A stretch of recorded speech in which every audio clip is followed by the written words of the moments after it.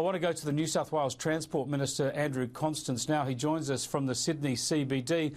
Thanks for joining us, Minister. I'm pretty keen to talk to you about matters directly related to your portfolio in a moment. But first up, I wanted to ask you an economic question. You are a former Treasurer of New South Wales, and you'll be aware that the Liberal Treasurer of South Australia would like the federal government to consider bringing forward its second tranche of income tax cuts at next year's budget. Obviously, South Australia worried about the lack of economic growth, worried about what that will do to GST receipts. Do you believe that New South Wales will echo those calls? Would you echo and support those calls? Oh, look, I think the key thing is we need overall national and state tax reform. There's a lot of inefficient taxes there, and certainly when I was Treasurer back in 2015, or 14 rather, we had a major issue in terms of GST, and Dom Perrottet today is still ripping his hair out. It's nice that we've seen our GST receipts cut, and ultimately seeing those funds go to places like Queensland, where they're giving their public sector a very substantial pay rises. We've got to get this right, and we can't do state-based tax reform without national reform. We're probably at a time where we do need some stimulus back into the economy in terms of it. And I think ultimately the best thing we could all be doing is working together, because the community's sick of squabbling. You've just mentioned before climate change. Coming from the country, the fires, there's a whole raft of debatable issues around fires in the bush. I wish, we've got to stop the squabbling and get on all together and resolve issues. Well, what do you think about these former fire chiefs attacking the Prime Minister, going hard on climate policy? I mean, where is the argument that something Scott Morrison or Anthony Albanese or even Richard Di Natale, how on earth are these fire chiefs suggesting they could do something that was going to eliminate or reduce the bushfire threat in Australia? Well, look, I live right near one of those large fires in New South Wales.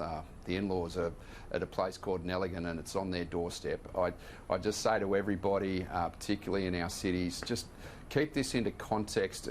Talk to people in the country. Know that there's a whole raft of factors when it comes to bushfires. I know obviously the debate around climate change has to be had, but so too the debate around the state of the forests and the bushland and the fuel loads and the way in which people can access these areas and the very nature of containment lines and some of the fire trails.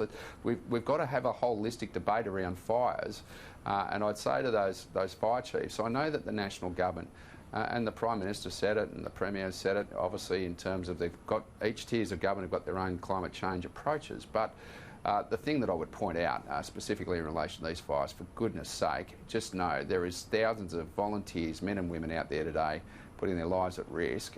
We've got to be sensitive to what they're going through at this time. And, this is a problem with big debates. Quite often it's those in small communities who are forgotten about. Yeah, well, the political posturing is quite sickening. If you get onto social media today, it's as vicious as you can see and as insane as you could imagine. But one of the issues that all governments have got to deal with here, local governments, state governments and perhaps federal governments, Andrew, is the issue of where people put their houses. Now, there's planning laws, but there's also personal responsibility. I spoke to a firefighter today who'd been up around northern New South Wales volunteering, and he talked about how so often the crews were going to try and protect houses that were just built right up against the scrub, trees virtually touching the roof line, and they were almost impossible to defend. People putting their lives in danger to try and defend them. Yeah, I mean, look, again, just to give some context, on the far south coast of New South Wales where I am, I mean, those villages which have had their their hazard reduction burns and good containment around those villages are given every fighting chance. But property owners themselves do need to take some responsibility. In New South Wales, we have a law which allows you to clear trees and vegetation back from your homes without approvals. It's 10 metres with trees, it's 50 metres with vegetation.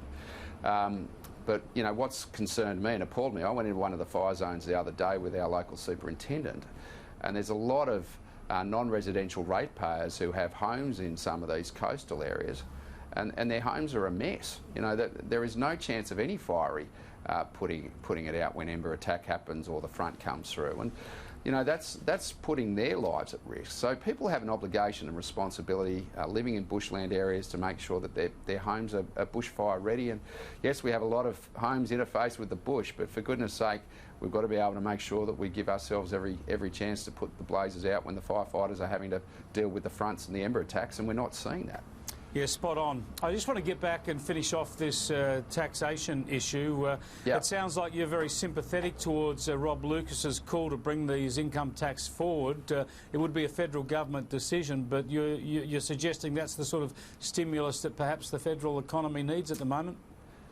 Yeah, I mean, look, I've got 60% of the capital works budget in New South Wales under my portfolio on transport and roads. We're spending $56 billion over the next 4 years, and I think the thing out of it is that stimulus comes in various forms, be it income tax cuts and the like. And I do know that there is good relationships between some of the states and the national government, and I just think it's really important on this one that it's done not only in the context of income tax. We've got to obviously try and look, and I know that Dom Perrottet does an amazing job in New South Wales to go and try and you know, stimulate the economies, get small business in particular, get off their backs and get off the workers' back, and that's where you know, ultimately looking at that in the context of the national economy at this time, and a bit of softening is really important.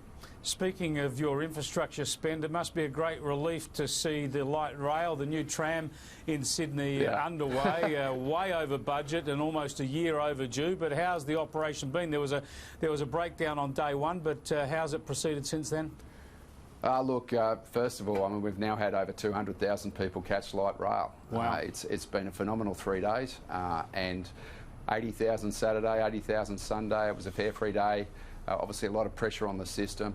We had one tram which had, unfortunately, a power cell go awry. The tram had done 7,000 k's, and then it was compounded by someone pulling the emergency lever inside the carriage. So it wasn't an easy one to manage, but they did well. And since then, it's been, you know, passing with flying colours, and you know, I'm getting swamped in the street at the moment with people saying, you know, it's a great project, and I think it is going to change the city forever. And we've seen light rail work incredibly well in cities throughout Europe, and here in Newcastle and New South Wales, and the Inner West Light Rail, and of course Melbourne being the home of trams. You know, this is a great outcome for Sydney as well. It's a shame they were ripped out 60 years ago. They should have been left alone. I see some of the reaction in Melbourne to people on social media are getting excited about the tram on the weekend. Said, hey, we know you got trams, so what? We've got better vehicles than those. We've got world-class brand new trams down in Melbourne. There's a few rattling around on the network down there, but you know, look, it's going to be great. And we've got the new metro train coming through the city in the next couple of years as well. So a big change for the city, a big change for the state, and it's a great way for people to get around. And the city's becoming a train city finally, instead of being a car city, and that's just great for everyone's livability. Now, speaking about being a car city, you've also got the results there of the first week trial of these cameras zeroing in on drivers to see whether they're using their phones. What are the results? Are you surprised by them? Yeah, disappointed, I guess. You know, we've got now 8 cameras across the road network. We're rolling out to 45, and we're catching about 500 people a day. We really need people to get the message that you know, driving with a mobile phone is like driving drunk. It's distractive, and you can put others at risk. You can put your own life at risk. And unfortunately, mobile phones do contribute to car accidents, do contribute to our road toll, and we need everybody to pay attention. I think most people, if they see an idiot behind the wheel of a car with a phone, get quite annoyed. You know, people driving dangerously as a result of their behaviours. So, look, the cameras are good. We're giving a 3-month grace period to take the community with us.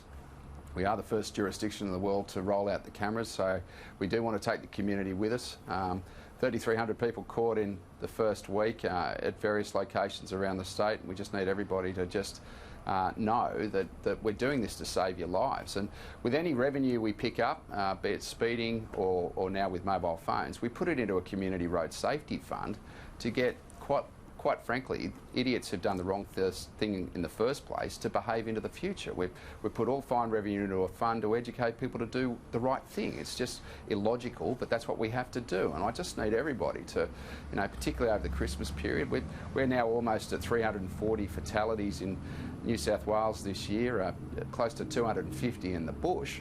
We just want people to get home. We want them to be safe, and that's why we're deploying this type of technology to get people to change their behaviours, and that's what we're going to continue to work out. As of Friday, double demerits come in, so it's a 10 double demerit point penalty in New South Wales over the Christmas period if you're busted on a mobile phone. Got to get that message through. It is so dangerous. 500 people a day, that's amazing. I just say to people, we're all tempted, but you just got to put yourself... Imagine it's your kids crossing the road and someone's driving along looking at their phone. You just don't want anybody to take that risk, and none of us should take it ourselves. But you mentioned you're trialling this new technology and you're breaking some new ground there. Is there interest already from the other states to see how you go with this, with a view to using the same technology across the country? Yeah, look, the Queensland Roads Minister came down and had a look. I know Norway's got interest. I know a number of jurisdictions across the world are now looking at what we're doing here. And to your point before, you're absolutely 100% right, Chris. The angst that people have in relation to mobile phones and the distraction. I mean, if you're travelling at 60 kilometres per hour and you're looking down at your mobile phone and texting away, in 2 seconds you travel 33 metres without paying any attention to the road. Now, in that time, a kid could have run out, or a cyclist could have moved in front of you, or you haven't paid attention to other vehicles around you and you could be killed. I mean, it is a very, very dangerous practice, and what we're saying to everybody is go spend the 30, 40 bucks, get a cradle, put your phone in it and drive around safely, and you know, we want everybody to get that message. Yeah, spot on. Thanks so much for joining us, Andrew, not just today, Chris, but throughout the year. I've really appreciated your input.